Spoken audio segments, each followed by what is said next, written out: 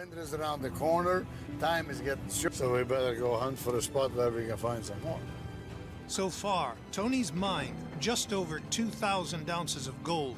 Penche-la vers le trou comme ça, et on creuse juste à côté, s'il te plaît. Oh, tu vois ça. Kevin, ça te paraît un sacré engin, non? Ça a l'air d'être quelque chose. Bon, c'est fait, c'est parti. De l'achat de cette machine innovante, assemblée par un mineur renégat, à la difficile tâche de traîner cette énorme machine sur des centaines de kilomètres pour qu'elle puisse aider le mineur chevronné et son équipe à atteindre leurs objectifs d'extraction d'or pour la saison. Voyons ce que Tony Beats a fait lorsqu'il a découvert une usine de lavage d'or abandonnée pendant la ruée vers l'or. On dirait que nous sommes de retour pour observer ces mineurs d'or et leur équipe, alors qu'ils tentent de tirer le meilleur parti de leur temps dans les mines du Yukon. Nous savons tous que ce n'est pas facile, mais des gens comme Parker Schnabel, Rick Ness et Tony Beats doivent tirer profit du fait que la valeur de l'or atteint actuellement un sommet historique. Prenons l'exemple de Fred Lewis, qui doit prendre les décisions les plus importantes de sa carrière minière. Et puis il y a Rick Ness, bien sûr, qui doit faire face aux événements bouleversants survenus alors que lui et son équipe grandissante étaient à la recherche d'or. Il est alors contraint de prendre des décisions qu'il n'aurait jamais imaginé devoir affronter. Même Parker Schnabel est contraint de tout risquer en décidant, avec son équipe de mineurs, d'explorer de nouveaux territoires pour trouver l'or tant convoité. Ils savent tous que l'exploitation minière n'est pas une mince affaire. Ils doivent donc tout mettre en œuvre pour extraire tout l'or qu'ils peuvent trouver. C'est sans doute la raison pour laquelle Tony était ravi de découvrir un engin qui semblait devoir changer à jamais le cours de ses activités d'extraction d'or. Tandis que les autres se débattent avec les nombreux problèmes auxquels on est confronté en tant que patron de mine, nous avons le légendaire Tony Beat et son équipe qui se préparent actuellement à se mettre au travail à Dawson City.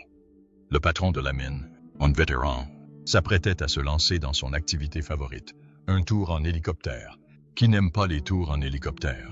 En regardant l'hélicoptère décoller avec Tony et quelques membres de son équipe, on se demande pourquoi le mineur de longue date et ses hommes ont décidé de s'offrir ce qui pourrait être considéré comme une promenade de plaisir par certains. Après tout, certains pourraient penser qu'ils ne méritent pas un tel plaisir.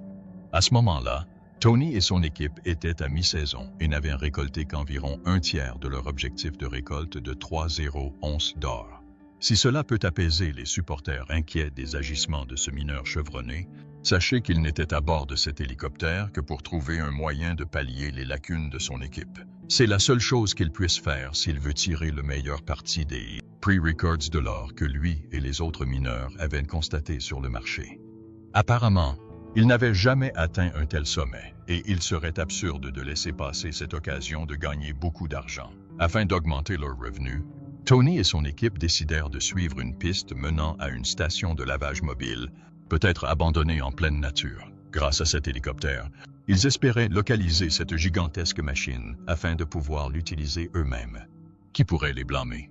Regardez ce trommel de 35 tonnes conçu par un mineur d'or novateur et non conformiste il y a une trentaine d'années. Ce mineur allait construire l'une des installations de lavage les plus polyvalentes et les plus efficaces jamais conçues, comme en témoigne le tambour de 12 mètres qui l'accompagne et les roues qui le font fonctionner. Hélas, cette machine relevait peut-être davantage d'une idée que d'un exemple concret de réalisation, car elle n'a fonctionné qu'un an environ avant d'être abandonnée par ses utilisateurs. Tony avait plein d'idées pour cet équipement innovant, car il avait dépensé près d'un demi-million de dollars pour l'acquérir. Un geste audacieux de la part d'un mineur chevronné. Même si elle n'avait servi que pendant une seule saison minière, il était clair que Tony était enthousiasmé par cette magnifique installation de lavage. Non seulement massive et imposante, la machine semblait aussi avoir été construite avec brio par son concepteur. Même les roues qui y étaient fixées semblaient avoir résisté à l'épreuve du temps, laissant présager une machine facile à manœuvrer malgré sa taille imposante. De plus, une fois qu'on connaît son fonctionnement, on comprend aisément pourquoi Tony n'a pas arrêté de vanter les mérites de cette machine innovante. Lorsqu'on voit comment elle traite les résidus qui lui sont introduits, on est impressionné par la façon dont elle les rejette directement à l'arrière de la machine. Grâce à ses 4 roues géantes, la machine est facilement manœuvrable après avoir lavé tout ce qui se trouve à sa portée. Elle peut ainsi passer à l'emplacement suivant et poursuivre le traitement d'une nouvelle charge de résidus. Tel un enfant qui découvre un nouveau jouet, Tony est clairement sous le charme de cette station de lavage. Après avoir consulté les autres membres de l'équipe, il est clair qu'il ne voit aucune raison pour laquelle le trommel de 35 tonnes ne pourrait pas changer leur destin. Sachant qu'il semble encore en bon état, on comprend pourquoi Tony a décidé de prendre le risque d'acquérir cette machine ingénieuse. Dans cette optique, Tony est impatient de déplacer la machine afin de pouvoir la monter à temps pour poursuivre ses opérations. Vu sa mobilité, ce sera peut-être même plus facile que de déplacer une drague. Du moins, c'est ce que Tony et son interlocuteur pensent. Une fois qu'ils ont décidé que cela pourrait changer leur sort au cours de cette saison déjà quelque peu décevante, Tony a raconté qu'il n'avait pas pu résister à l'envie d'acquérir la machine, surtout après que le propriétaire ait été contraint de renoncer à son prix initial d'environ 1 million de dollars. Maintenant qu'il a pu acheter le trommel pour environ 400 $, cela pourrait bien être la bonne affaire de la saison, et il était ravi de l'affaire qu'il a pu dénicher. Il faut absolument essayer ce truc. Sinon, un de ces jours, tu vas rentrer chez toi en te demandant pourquoi tu ne l'as pas fait. Tu peux te le permettre. Ça marcherait. Bingo! Espérons simplement qu'ils pourront utiliser cette machine pour extraire les 2/3 restants de leur cible pour la saison. De retour à son camp de Paradise Hill, Tony a rapidement constitué une équipe de 7 hommes pour l'aider à utiliser 1 tonne d'équipement pour mettre le trommel en route. En conséquence, il a été contraint d'interrompre toutes ses autres opérations pendant qu'il s'occupait de ramener le trommel au camp. Certes, cela leur coûtera environ 60 $ par jour, mais avec un peu de chance, ils pourront peut-être revenir dès que le trommel sera opérationnel. Il faut dépenser de l'argent pour en gagner. Avec Mike, le fils de Tony et le spécialiste en équipement lourd de l'équipe aux commandes, les gars semblaient prêts à accomplir leur mission du jour. En prenant la route, Mike leur a confié que le plus difficile serait peut-être de transporter leurs affaires sur le ferry. Une tâche ardue, quand on y pense. Bien que l'on puisse penser que cela est dû au poids des machines et autres équipements à transporter sur le ferry, on pourrait être surpris d'apprendre que c'est la longueur de l'équipement qui pourrait être à l'origine des problèmes qui l'inquiétaient. L'équipement mesurait environ 26 mètres de long, alors que le ferry ne mesurait que 24 mètres. Il se pourrait qu'ils ne l'autorisent pas à embarquer cet équipement sur leur ferry, d'autant plus que cela pourrait être trop risqué pour les passagers. Si tel est le cas, ils devront peut-être accomplir leur mission en empruntant le pont le plus proche du Yukon.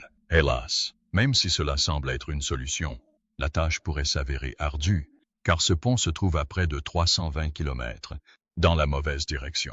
Qui a dit qu'être mineur était facile? Eh bien, les réponses sont venues à leur arrivée au traversier. La capitaine partageait également la nervosité de Mike en voyant le matériel qu'ils espéraient transporter grâce à son ferry. Heureusement, le suspense a cédé la place au soulagement lorsqu'ils ont réalisé que le ferry était capable de transporter ce long matériel. Ils pouvaient désormais partir vers leur destination. Une fois la rivière traversée par le ferry, Mike et le reste de l'équipe n'ont pas perdu de temps pour prendre la route et rejoindre Moose Creek en empruntant la World Highway, considérée comme l'une des plus septentrionales du monde. Et pour vos soirées quiz? Au bout d'un moment, Tony et son équipe se sont rassemblés sur la route menant à Moose Creek, afin de commencer à transporter son nouveau jouet préféré jusqu'à Paradise Hill, à plus de 160 km de là. Impossible d'éviter cela, surtout face à une saison ratée. Ils doivent absolument mener à bien ce travail s'ils veulent relancer la saison. Malgré la nécessité de le faire au plus vite, Tony recommande à l'équipe d'être prudente. Après tout ce qui vaut la peine d'être fait mérite d'être bien fait. Après leur avoir donné un discours d'encouragement, Tony et son équipe se mirent au travail, faisant tout leur possible pour transporter correctement leur imposant nouveau trommel. On n'entendait que le vrombissement des machines et le crissement de la terre, tandis que les autres suivaient Tony. Bientôt, Mike et les autres arrivèrent à l'emplacement du trommel. Ils allaient maintenant s'atteler à déplacer cette énorme machine. Ce ne serait pas facile, d'autant plus que Tony voulait la ramener à la base en 3 jours seulement. Il avait 1 tonne d'hommes et de machines sur place. Ils doivent réussir cette mission. S'ils veulent réussir, il semble qu'ils y parviendront s'ils suivent le plan de Tony. La première chose que Tony a pensé, pour réussir, était de démanteler complètement la machine. Ils allaient d'abord démonter le convoyeur, puis la boîte à écluses. Ensuite, ils s'attaqueraient à la trémie avant de finalement se retrouver face à l'énorme tambour qui avait tant séduit Tony lorsqu'il avait découvert ce trommel imposant. Comme vous pouvez l'imaginer, les ouvriers se sont d'abord attelés au démontage du tapis roulant. Comme prévu, cela s'est déroulé sans problème. les gars suivant les instructions de Tony. Espérons que tous ces efforts ne seront pas vains. Une fois le convoyeur terminé, Tony a décidé qu'il était peut-être temps d'arrêter pour terminer sur une bonne note. Les gars avaient fourni un sacré travail aujourd'hui, et outre une bière fraîche et un bon repas, ils méritaient aussi de terminer la journée en beauté. Un bon coup de pouce de la part d'un bon chef. Désireux de profiter au maximum de la gentillesse de leur patron, l'équipe est retournée au point de départ, où ils peuvent camper dans le dortoir qu'ils ont installé sur place. Les autres campaient dans leur camion. Même Tony était certain qu'il dormirait comme un bébé dans son camion. C'est un homme coriace, et malgré son âge avancé, il semble que ce vieux mineur rusé puisse encore se débrouiller avec les meilleurs. Zut! Il avait même un endroit dans le camion pour ranger ses chaussures. On dirait que cet endroit est mieux que le Ritz. Il ne restait plus qu'à passer une bonne soirée avec les autres pour pouvoir retourner au travail le lendemain matin. Au matin, Tony et son équipe se remirent aussitôt au travail. Certes, ils étaient à environ 257 km au sud du cercle polaire arctique, mais peu importait. L'important était de ramener cet énorme trommel à Paradise Hill pour pouvoir se mettre au travail, et il fallait le faire vite. Il manquait déjà de temps, car la saison était avancée, et s'il perdait encore du temps, il risquait d'être bloqué par la neige. Certains pensaient que cela signifiait qu'il profiterait d'un temps magnifique. Mais pour Tony et le reste de l'équipe, cela signifiait qu'ils devraient attendre l'année prochaine avant de pouvoir déplacer leur fantastique nouvelle machine, ce qui était impossible. Non seulement cela risquait de mettre en péril leur objectif de 3-0 onces d'or de la saison, mais cela risquait aussi de les exposer à de nouveaux dommages causés par la rouille et la condensation provoquée par la neige. Ils ne peuvent certainement pas se permettre ça. Une fois rappelés à leur perte potentielle en cas d'échec, Tony et les autres se mirent au travail. On pouvait voir comment Cody s'assurait de bien couper la boîte à écluses. Une fois cela fait, Mike a utilisé sa lourde machinerie pour soulever la boîte à écluses avec succès. Le travail ne s'est pas arrêté là, car il fallait maintenant soulever le tambour de 20 tonnes et 12 mètres pour que le spectacle puisse commencer. Quel métier de mineur! Pour y parvenir, Tony prévoit de rétracter le support hydraulique afin que le trommel repose sur ses roues. Cela permettrait à l'équipe de soulever le tambour, ce qui permettrait ensuite de retirer le cadre de dessous. On pensait que ces gars-là n'étaient censés extraire que de l'or. Eh bien, la tâche n'est clairement pas facile.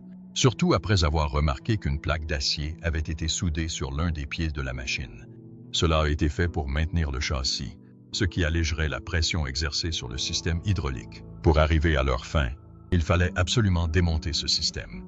La décision n'a pas été difficile à prendre et, peu après, l'équipe s'est mise au travail pour couper la pièce. Bien sûr, il fallait faire attention à ne pas endommager leur équipement ni eux-mêmes. Mais c'est le travail. On leur a vite rappelé que c'était une tâche dangereuse, car pendant qu'ils coupaient la plaque d'acier, Jordan Eagles a vu sa vie défiler devant ses yeux lorsque la machine s'est adaptée à sa perte de support. Heureusement, tout s'est bien passé et Tony, avec son impudence, a permis à l'équipe de passer outre le petit incident avant de reprendre le travail. Après 2 jours de travaux de relocalisation, on comprend l'empressement constant de Tony à faire avancer ses hommes et ses femmes pour qu'ils puissent partir. C'était un véritable miracle de voir ce patron de mine chevronné diriger son équipe pour qu'elle fasse le nécessaire pour mener à bien ce travail. Heureusement, ils avaient accès à certaines des meilleures machines disponibles, ainsi qu'à des main-d'œuvre parmi les plus compétentes du secteur. Une fois la machine démontée, Tony fut ravi de voir que la phase suivante du projet était à portée de main. Une fois prêt, il semblait prêt à retourner à Paradise Hill. Pour ce faire, il leur fallait cependant transporter le tambour et les autres pièces du trommel sur la route jusqu'à l'autoroute. Pour ce faire, ils ont fabriqué des pièces sur les pièces de la machine afin de les attacher à des chaînes qui les maintiendraient en place pendant le transport. Il fallait réaliser cette opération en 3 heures afin d'éviter la tombée de la nuit.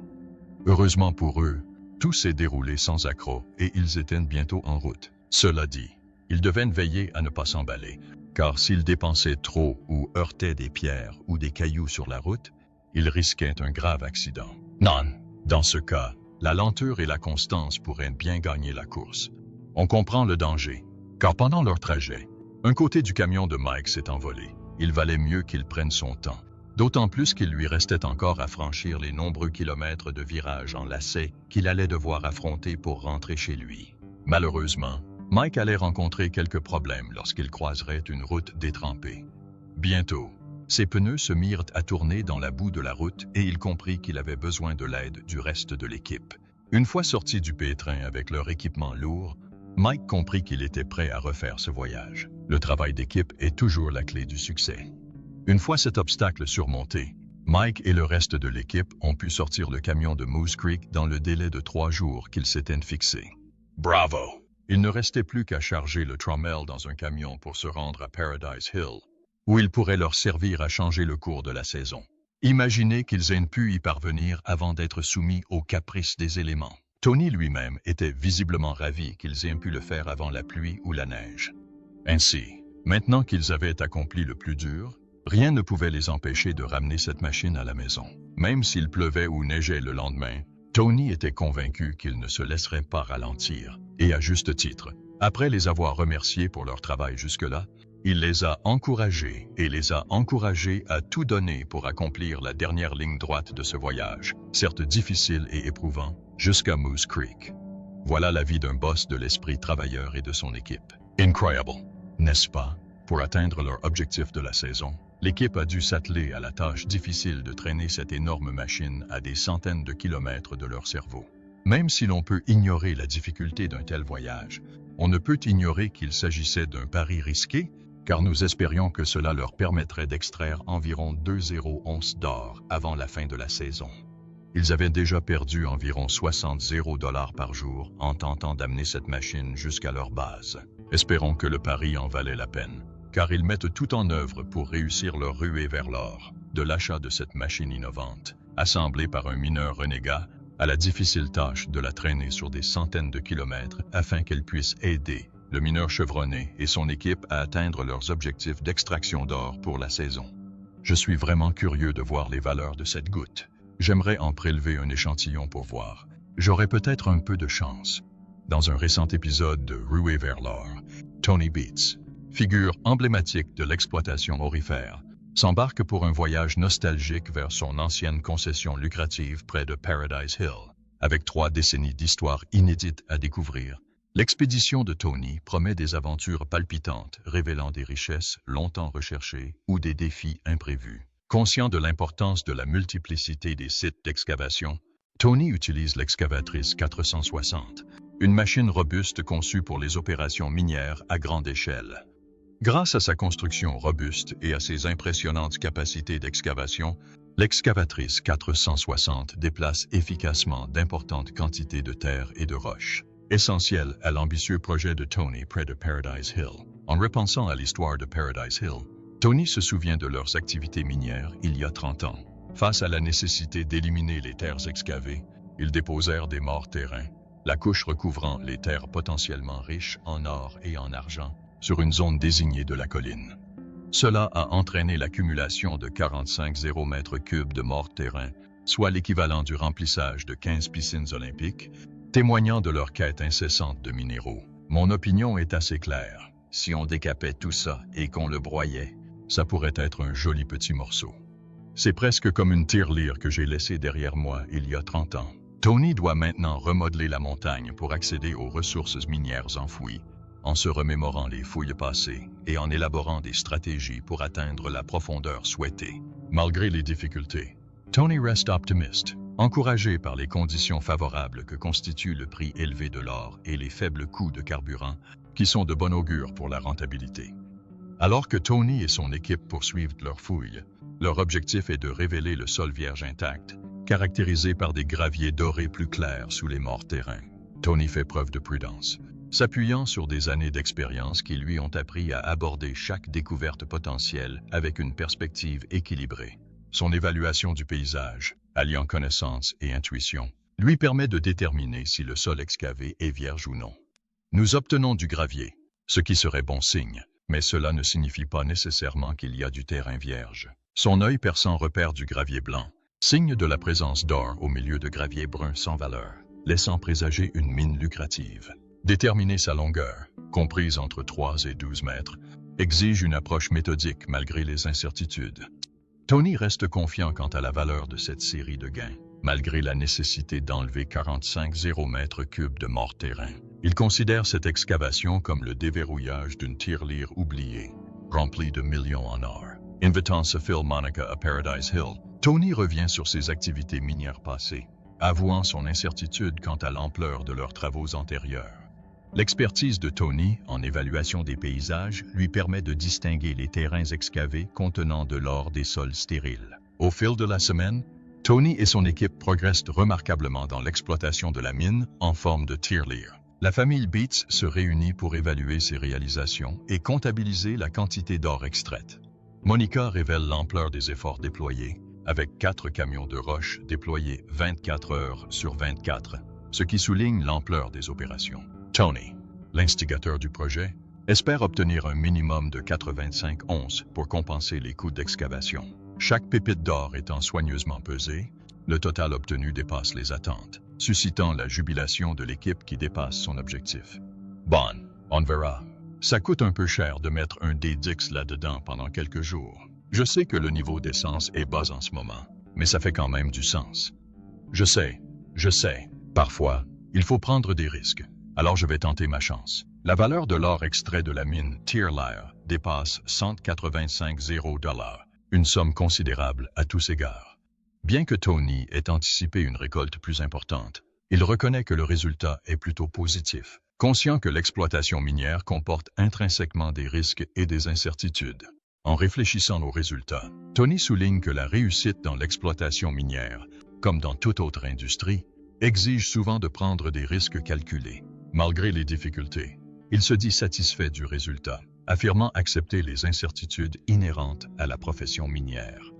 Il attribue le succès de l'exploitation au dévouement et au travail acharné de son équipe, soulignant l'importance de la patience face aux défis. Les activités minières de Paradise Hill illustrent la persévérance et la résilience de la famille Beats dans la poursuite de ses objectifs. Malgré les obstacles rencontrés, ils ont triomphé grâce à leur unité et leur détermination et ont finalement atteint la rentabilité.